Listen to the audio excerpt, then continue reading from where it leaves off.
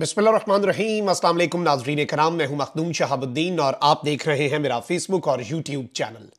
उम्मीद करता हूं आप सब लोग बखैर वाफियत होंगे और जहां भी होंगे अपने अहले खाना समेत खुश भी होंगे और महफूज भी। नाज़रीन कराम, इस वक्त एक जानिब तो इलेक्शन करीब आते जा रहे हैं और इमरान खान की पार्टी पर मुसीबतें और मुश्किलें उनका इजाफा किया जा रहा है, लेकिन इस वक्त कांपे इमरान खान के मुखालिफिन की ही टांग रही हैं, क्योंकि इस वक्त इमरान खान और उसकी मकबूलियत को शिकस्त देना तकरीबन अमलन नामुमकिन हो चुका है। कल का टिकटॉक का जलसा इसका मुंह बोलता सबूत है। उस जलसे में मैंने भी शिरकत की एज अ स्पीकर और बहुत सी बातें सामने की और बहुत सी बातें सामने रखी, लेकिन यहां पर मैं आपको यह बता दूं कि इस वक्त यूं लग रहा है कि उस टिकटॉक के कामयाब जलसे के बाद और इमरान खान की मकबूलियत का एक और ठप्पा लगने के बाद, ऑल्दो इंटरनेट पाकिस्तान में कल भी बंद किया गया, उस सब के बावजूद इस वक्त इमरान खान की मकबूलियत आसमानों को छू रही है। और ये जो आसमानों को मकबूलियत छू रही है, अब इसका रिएक्शन आ रहा है। इस वक्त बहुत सी डिटेल्स है मेरे पास, बहुत सी डेवलपमेंट्स हैं, कुछ अदालतों से हैं, इमरान खान साहब के केसेस के हवाले से हैं और कुछ इस वक्त पीटीआई के ऊपर हालिया क्रैकडाउन। लेकिन जो मुल्तान में हुआ है वो भी अनप्रेसिडेंटेड है। मुल्तान के अंदर जो इस वक्त क्रैकडाउन हुआ है और जिसकी पादाश में हुआ है, मैं सारी चीजें आपके सामने रखूंगा। कुछ वीडियो क्लिप्स हैं बड़े इंपॉर्टेंट जो आपके सामने रखना इस वक्त बहुत ज्यादा जरूरी है। सबसे पहले नाज़रीन कराम, कुछ डिटेल्स हैं जो आपके सामने रखनी है। इमरान खान साहब के खिलाफ आपको पता है कि एहतसाब अदालत जो है उसका केस चल रहा है। जज मोहम्मद बशीर साहब इस केस की समाअत कर रहे हैं। 25 तारीख से जज मोहम्मद बशीर साहब ने यानी आज के बाद से छुट्टियां मांगी हुई हैं। अब देखते हैं उनकी छुट्टियां अप्रूव होती हैं कि नहीं, क्योंकि उन्होंने अपनी रिटायरमेंट तक छुट्टियां मांगी हैं, लेकिन आज की समाअत तो उन्होंने करनी थी। अब इमरान खान साहब ने 190 मिलियन पाउंड केस की समाअत के दौरान जज से मुकालमा करते हुए कहा कि नवाज शरीफ और आसिफ अली जरदारी के केसेस भी रोज रखें ताकि जल्दी काम मुकम्मल हो। यह नहीं कहा कि मेरे केसेस के अंदर मुझे रिलीफ दें, कहा बाकियों के साथ भी फिर यही रवैया रखें ताकि काम जल्दी जल्दी खत्म हो। 190 मिलियन पाउंड केस की समाअत के दौरान इमरान खान ने एहतसाब अदालत के जज मोहम्मद बशीर से मुकालमा करते हुए कहा कि तोशा खाना में नवाज शरीफ और आसिफ जरदारी को 13 फरवरी की तारीख दी गई। मैं रोज सुनता हूं कि मुझ पर एक के बाद एक केस बनाया जा रहा है। इमरान खान ने मजीद कहा कि नवाज शरीफ और आसिफ जरदारी के केसेस भी रोज रखें ताकि काम जल्दी मुकम्मल हो। 8 साल पुराना केस 13 फरवरी को रखा गया, 4 साल पुराना केस रोज रखा जाता है। और प्रोसिक्यूटर ने कहा कि अभी हमारे गवाहान पेश होने हैं, उन पर जिरा होनी है। मेरी इस्तदा है कि केस की समाअत कल तक रखें, जबकि वकला सफाई जो है खान साहब के वकला, उनकी जानिब से समाअत 30 जनवरी तक मुलतवी करने की इस्तदा की गई। बानी पीटीआई ने जज से इस्तदा की कि मुझे मेरे वकला से मुशावरत की इजाजत दी जाए। बुशरा बीबी के आने और जाने से मुतल्लिक कुछ मालूम नहीं। जेल के अंदर सख्त सिक्योरिटी है, एक कागज तक नहीं लाने दिया जाता। प्रोसिक्यूटर अमजद परवेज ने लुकमा देते हुए कहा कि नहीं सर, ज्यादा सख्त सिक्योरिटी होती है, बाहर ज्यादा सख्त सिक्योरिटी होती है, यह प्रोसिक्यूटर ने कहा। एहतसाब अदालत ने 190 मिलियन पाउंड केस की आइंदा समाअत 30 जनवरी तक मुलतवी कर दी, जबकि मुलजिमान को चालान की नकूल भी फराहम कर दी गई। 6 फरवरी की तारीख फर्द जुर्म के लिए मुकर्रर कर दी गई है, लेकिन लेट्स सी कि एहतसाब अदालत का और कोई जज है नहीं जज साहब के अलावा, और ये अपनी रिटायरमेंट तक जो कि मार्च में है, जज साहब छुट्टी पर जाना चाह रहे हैं। गालिबन जरदारी का केस सुनने वाला जज, नवाज शरीफ का, राजा परवेज अशरफ का, शाहिद खाकान अब्बासी का, पाकिस्तान के बड़े बड़े नामों का केस सुनने वाला जज जो है वो यूं लग रहा है खान साहब जो है उनके इस केस को मंतकी अंजाम तक मोहम्मद बशीर साहब नहीं पहुंचाना चाहते। उन्होंने सेहत के इशूज़ की वजह से ये सब कुछ किया है। वहीं दूसरी जानिब पेशावर हाईकोर्ट ने तहरीक इंसाफ की आम इंतखाबात अदलिया की निगरानी में करवाने की दरखास्त खारिज कर दी है। पेशावर हाईकोर्ट के जस्टिस शकील अहमद ने पीटीआई की दरखास्त पर पहले से महफूज फैसला सुनाते हुए तहरीक इंसाफ की दरखास्त खारिज कर दी, जिसका तहरीरी फैसला बाद में जारी कर दिया जाएगा। ख्याल रहे कि पीटीआई ने पख्तूनख्वा में इंतखाबात अदलिया की निगरानी में करवाने की इस्तदा कर रखी थी। इससे पहले इसी तर्ज का एक फैसला लाहौर हाईकोर्ट ने किया था और वो सुप्रीम कोर्ट में मेरे काजी ने उड़ा के रख दिया था। और जो आज आरओज हैं, जो कि ब्यूरोक्रेसी से हैं, जो कि डिस्ट्रिक्ट एडमिनिस्ट्रेशन से हैं, वो मेरे काजी साहब ने लगाए थे और आज वो फ्री एंड फेयर इलेक्शंस करवा रहे हैं, फील्ड को लेवल कर रहे हैं बेहतरीन अंदाज में, पूरी दुनिया देख रही है। तो पेशावर हाईकोर्ट को इसमें कोई शिकवा नहीं बनता, क्योंकि उन्हें पता है कि एक प्रेसिडेंस आ गया। लाहौर हाईकोर्ट के फैसले के साथ क्या किया, काजी साहब ने हमारे फैसले के साथ भी यही करना है। तो पीटीआई के वकील मुअज्जम अली ने अदालत से इस्तदा की थी कि तहरीक इंसाफ को इलेक्शन के लिए लेवल प्लेइंग फील्ड मुहैया की नहीं की जा रही, हमें इलेक्शन कमीशन आरओज DROs और ब्यूरोक्रेसी पर एतमाद नहीं है। PTI के वकील ने कहा कि मौजूदा ब्यूरोक्रेसी के ज़ेरे इंतजाम मुमकिन तौर पर शफाफ इलेक्शन का इनेकाद मुमकिन नहीं, इसलिए हम चाहते हैं कि जुडिशल लॉ अफसरान की निगरानी में इंतखाबात करवाए जाएं। पेशावर हाईकोर्ट ने दलाइल सुनने के बाद PTI की दरखास्त पर फैसला महफूज किया था, जो कि अब सुना दिया और दरखास्त खारिज कर दी है। वैसे PTI की इस दरखास्त का कोई इतना फायदा नहीं होना था। आप जुडिशरी से अफसरान लेना चाह रहे हैं, लोअर लेवल की जुडिशरी के लॉ अफसरान आपके आरओज बनेंगे। आपको जब सुप्रीम कोर्ट से इंसाफ नहीं मिल रहा तो आपको क्या लगता है कि नीचे वाला कोई मैनेज नहीं हो सकता? इस वक्त जो चीजें, और चले ठीक है, अच्छा है PTI ने कम से कम हुज्जत तमाम कर दी। कल को ये नहीं कह सकेंगे कि जी हमारे पास तो कोई आया ही नहीं था दरखास्त लेके। अब वहीं दूसरी जानिब इस इलेक्शन की क्रेडिबिलिटी नाज़रीन कराम जो रह चुकी है उस पर भी बात करते हैं, लेकिन पहले मैं इमरान खान साहब के हवाले से एक और डेवलपमेंट रख दूं।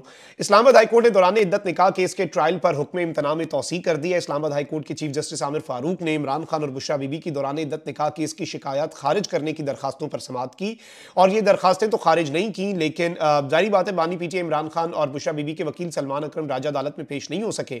इनके मुआविन वकील ने आइंदा समाअत हफ्ते तक मुलतवी करने की इस्तदा की, जबकि खावर मानिका के वकील राजा रिजवान अब्बासी, ये सरकारी वकील भी होते हैं खान साहब के खिलाफ, अब ये खावर मानिका के वकील भी हैं, इन्होंने ट्रायल पर हुक्म इम्तना खत्म करने की इस्तदा की। वकील खावर मानिका ने कहा कि अदालत ने हुक्म इम्तना जारी कर रखा है, वो खत्म कर दिया जाए। ऐसे रिलीफ लेने के बाद कोई अदालत में नहीं आता, लिहाजा अदालत केस को कल ही दलाइल के लिए मुकर्रर कर दे। इस पर जस्टिस आमिर फारूक ने कहा कि ऐसा ना कहें, इनकी तरफ से 3 वकला मौजूद हैं। बाद अदालत ने दौरान इद्दत निकाह केस के ट्रायल पर हुक्म इम्तना 31 जनवरी तक मुलतवी करते हुए उसमें तौसीह करते हुए समाअत जो है वो मुलतवी कर दी, और इसमें अदालत ने 31 जनवरी तक ट्रायल कोर्ट को गवाहान के बयानात कलमबंद ना करने का हुक्म देते हुए कहा कि ट्रायल पर हुक्म इम्तना 31 जनवरी तक बरकरार रहेगा, फिर ये जस्टिस साहब के सुनेंगे, उसके बाद चीज़ें आगे बढ़ेंगी। अब ये सारी चीज़ें अपनी जगह, कुछ और डेवलपमेंट्स भी हैं।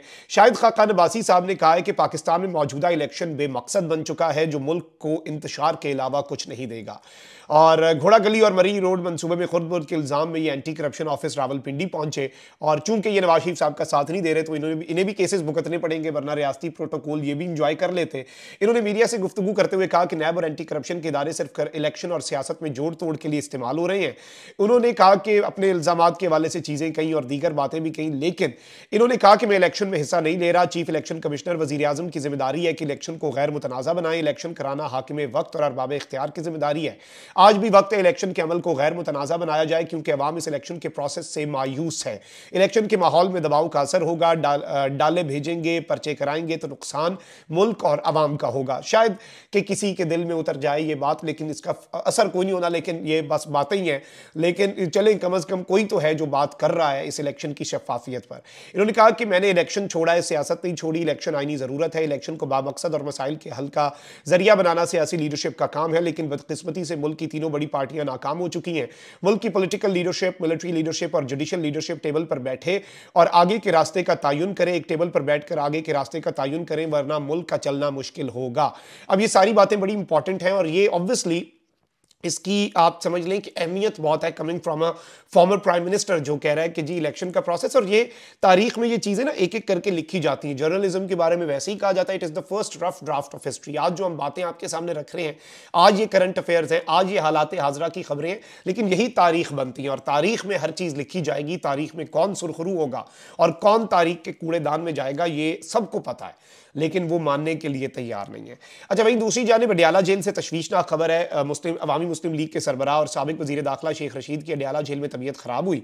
शेख रशीद को पुलिस ने 16 जनवरी को 9 मई वाक़यात में जमानत खारिज होने पर गिरफ्तार किया था। उनके खिलाफ हसास इदारा जो है, यानी कि इंटेलिजेंस एजेंसी, उसके दफ्तर पर हमले का मुकदमा दर्ज है, और अदालत ने जुडिशल रिमांड पर अडियाला जेल शेख साहब को भेजा था, जहां जुमेरात की सुबह उनकी तबीयत खराब हुई, जिस पर उन्हें रावलपिंडी इंस्टीट्यूट ऑफ कार्डियोलॉजी मुंतकिल किया गया।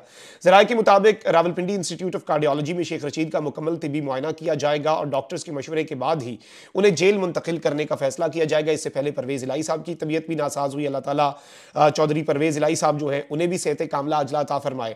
अच्छा, मुल्तान के अंदर आपको पता है जावेद हाशमी साहब ने खुद पाकिस्तान तहरीक इंसाफ में शमूलियत इख्तियार नहीं की, वो PTI छोड़ चुके हुए हैं, लेकिन बहुत से ऐसे लोग हैं। एतजाज़ हसन साहब अगले दिन बिलावल के जलसे में थे, लेकिन वो हक और सच की जहां पर PTI की बात आती है उसके लिए आवाज़ उठाते हैं, और मैं समझता हूँ ये एक बड़ी अच्छी रविश है, यही जमहूरियत है, यही सियासत होनी चाहिए।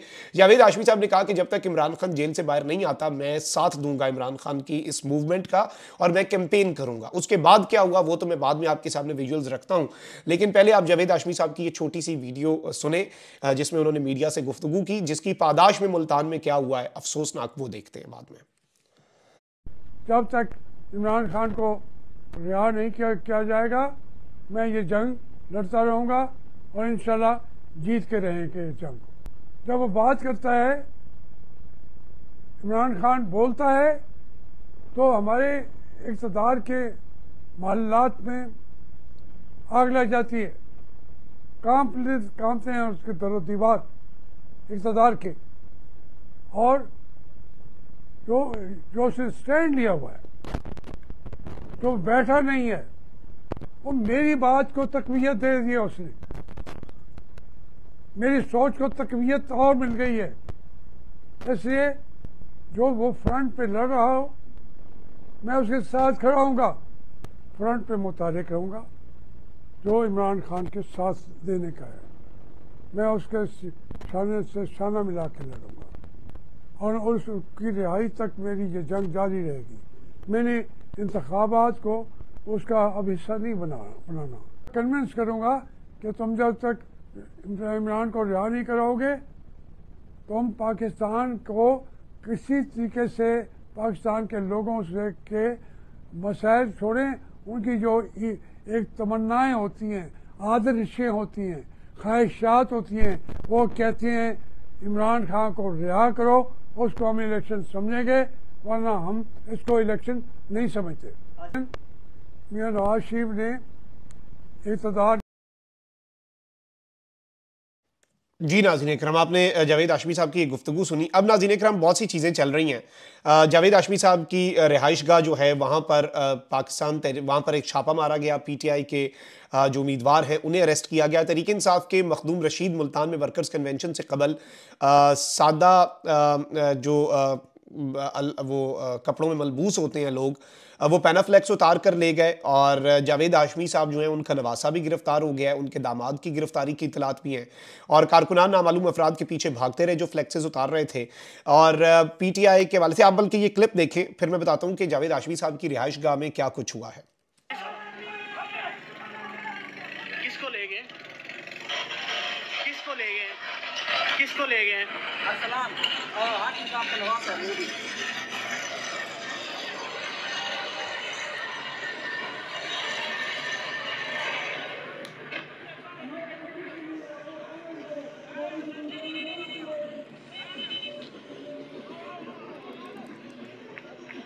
ये आप विजुअल्स देख रहे हैं, नामालूम अफराद के पीछे कारकुनान भागते रहे।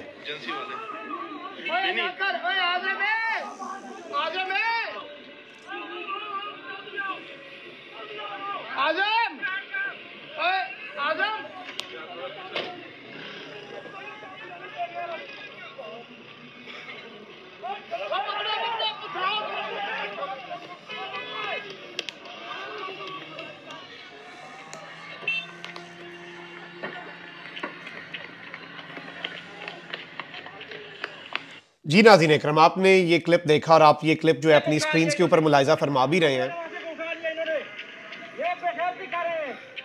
क्या नाम था? अरसलान हाशमी को उठा लिया इन्होंने। हाशमी साहब के नवासे जायद बार के भांजे अरसलान हाशमी को उठा लिया। हाशमी को उठा लिया। ये हमारी पूरी फैमिली के पीछे लगे हुए हैं।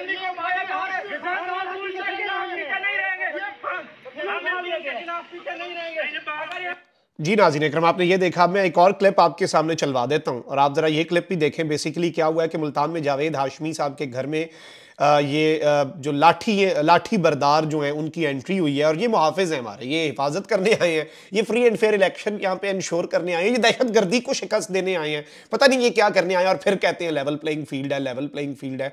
शर्म भी नहीं आती ये दावा करते हुए। आप ज़रा ये वीडियो देखें, ये आप वीडियो देख सकते हैं जी। सादा कपड़ों में भी जी लाठियां पकड़ के अंदर बंदे एंटर हो गए हैं और हाशमी साहब खुद PMLN में हैं और लेकिन वो हक की बात कर रहे हैं। उनकी फैमिली में अगर कोई PTI की तरफ से इलेक्शन लड़ रहा है तो जी उसके ऊपर गुस्सा है निज़ाम को और सिस्टम को, और जो एक वर्कर्स कन्वेंशन जो है वो किया जा रहा है इसके ऊपर इन्हें गुस्सा है और इसी का गुस्सा जो है वो उतारा जा रहा है। ये हालात हैं, ये एक वर्कर्स कन्वेंशन से खौफ है। अंदाज़ा करें। अपना बहुत ख्याल रखें। अल्लाह निगहबान। पाकिस्तान जिंदाबाद।